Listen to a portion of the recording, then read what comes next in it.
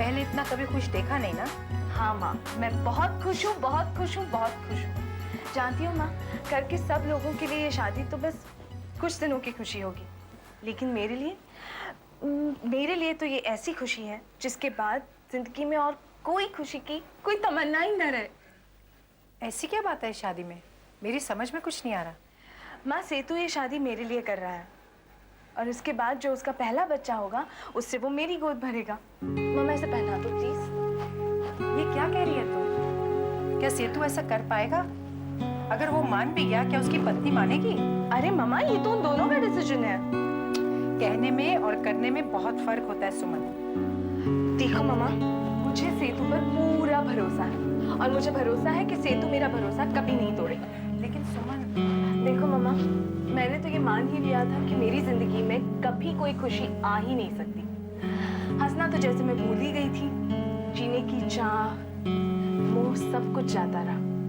लेकिन माँ, इस खुशी की एक छोटी सी किरण ने मेरी जिंदगी के सारे मायने ही बदल दिए हैं। अब जिंदगी ज्यादा खूबसूरत लगने लगी है माँ। अब मैं इस खुशी को नहीं छोड़ूंगी, इसे पाकर ही रहूंगी। लीजिए, आप दोनों यहाँ गप्पे लगा रही हैं, हाँ? और वहाँ सामान ढो ढो कर हम लोगों का तो बुरा हाल हो गया। मेम साहब जाइए, आपका सारा सामान आ गया है, चेक कीजिए। अरे सामान आ गया, मैं अभी आती हूँ। हाँ, लेकिन उसके पहले अपने पति परमेश्वर को चेक कीजिए। हमारी भी कुछ जरूरतें होती हैं, हमको भूख लग सकती है, प्यास लग सकती है, कुछ तो ख्याल कीजिए हमारा। आप अपना ख्याल खुद करिए, मुझे बहुत काम है, वक्त नहीं है मेरे पास। सुमन, मम्मी सच कहूं तो सुमन मेरा ख्याल करे या ना करे, बस ऐसे ही खुश रहे, मुझे और कुछ नहीं चाहिए। क्या तुम सुमन की खुशी का कारण जानते हो?